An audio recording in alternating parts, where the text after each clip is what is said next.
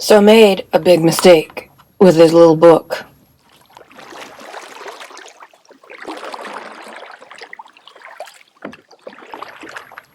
Hey, it's Care. Welcome to my take at the lake. I was watching a video. I will link it below because it's brilliant.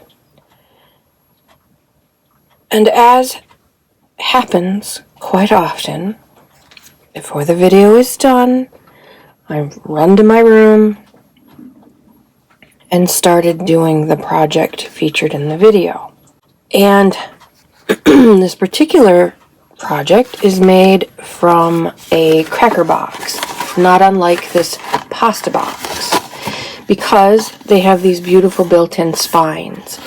They're already scored for you, so you just have to take them apart. There's usually a glued, one side is glued, or not. There it is. Unlike other crafters, I had to take my glasses off to be able to see this stuff. Anyway, so one side is usually just glued, and you unglue it.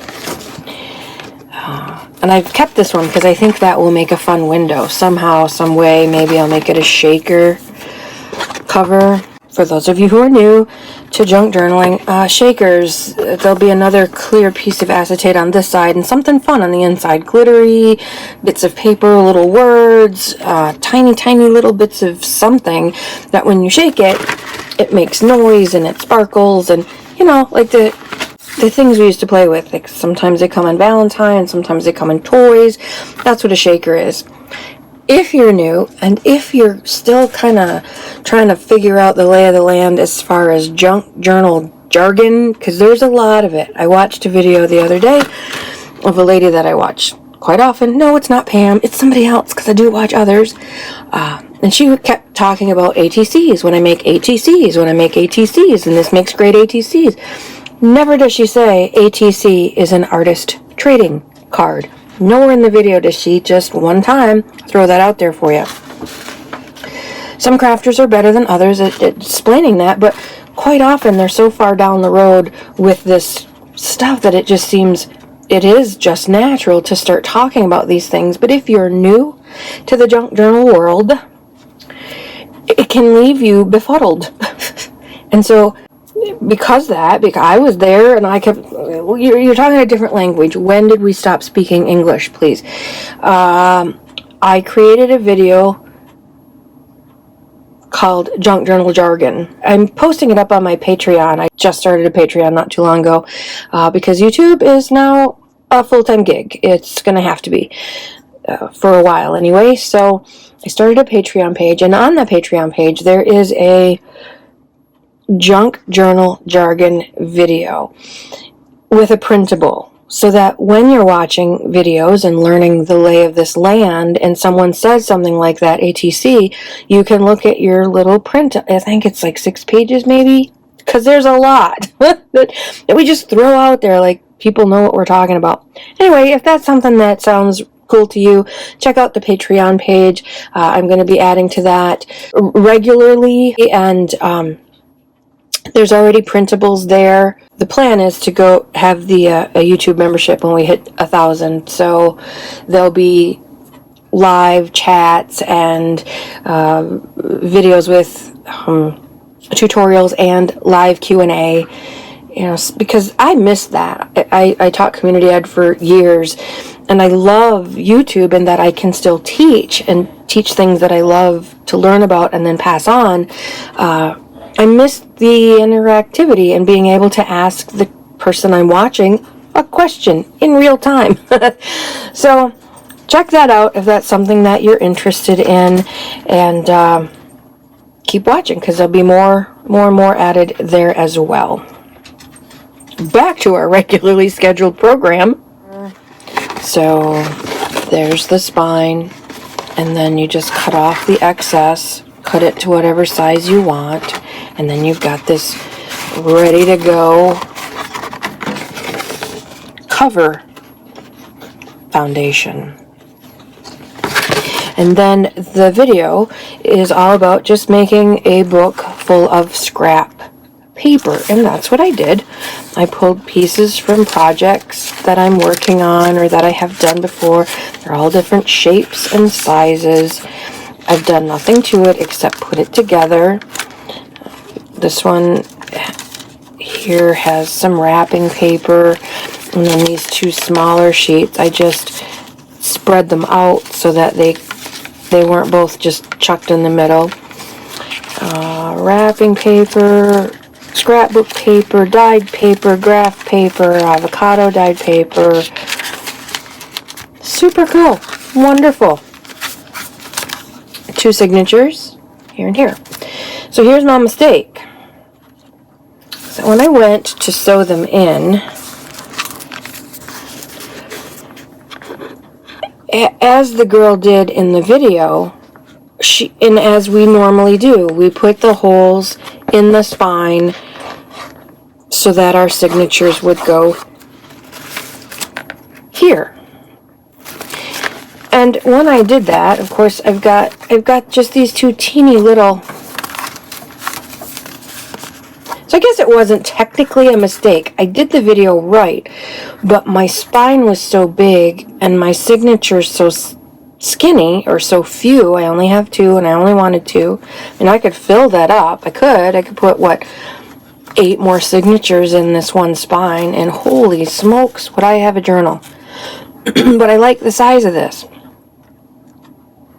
And I used a favorite paper. That was the last piece of that, so I don't have any more. I used a favorite paper here, so I'm not just going to chuck this cover. And the point of this video is, there are no mistakes. You can always fix things, cover them up, use them for something else. Nothing is lost or ruined. So, as I was hemming and hawing over my problem, I was playing with this in my hand, and I wasn't even really looking at it, and somehow I bent the spine. So I can't take credit for this at all. I mean, I didn't think of it. It just happened. The spine bent in half. And so now I've got this nice little, so the spine bent in half, and then I redid the holes. Instead of in the spine, I did it where it naturally folded. So in my cereal box, instead of putting the holes here, I put the holes here and here. Do you see? There's the cereal box, there's the natural fold, and I put my holes on that fold instead. There's my mistake. There are my holes in the spine.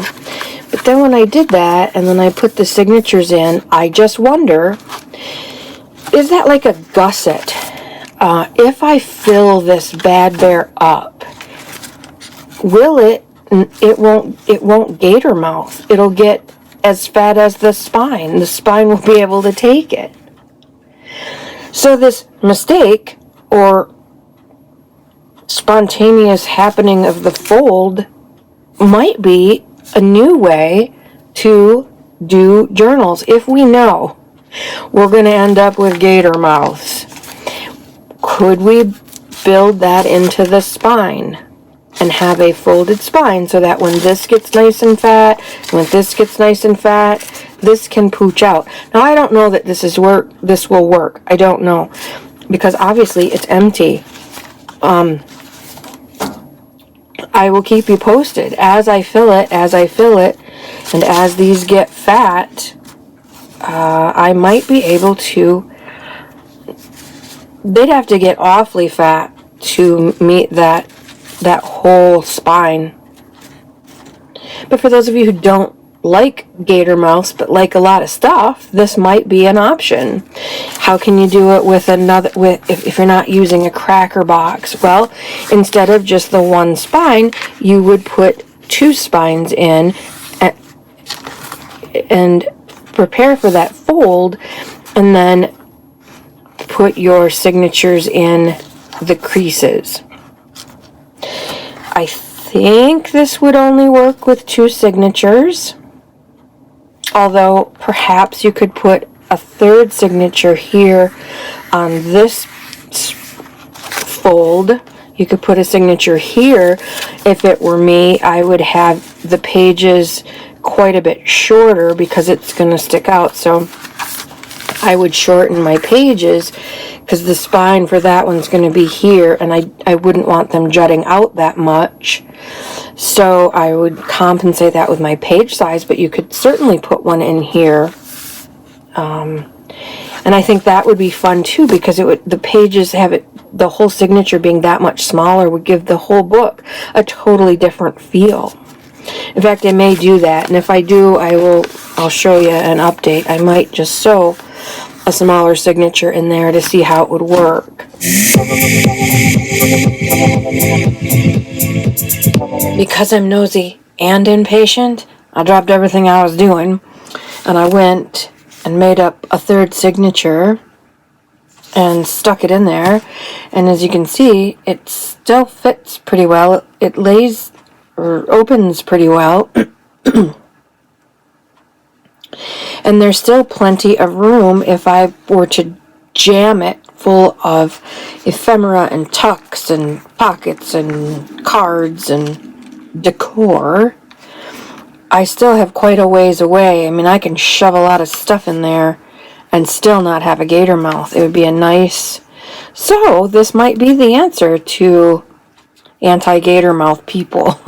Some people don't mind it, you know, that, and again, by gator mouth, I mean the spine is smaller than the face. This might be a way to avoid that. I did make it so you can see that that's the size of the front and back signature. Not that it matters, because your cracker box is going to be different than my cracker box, but it's a 5 by about 5.5. Not quite 5.5. And then I did this smaller signature. Again, it's in the middle here. And that is about 4 1/4 by 5.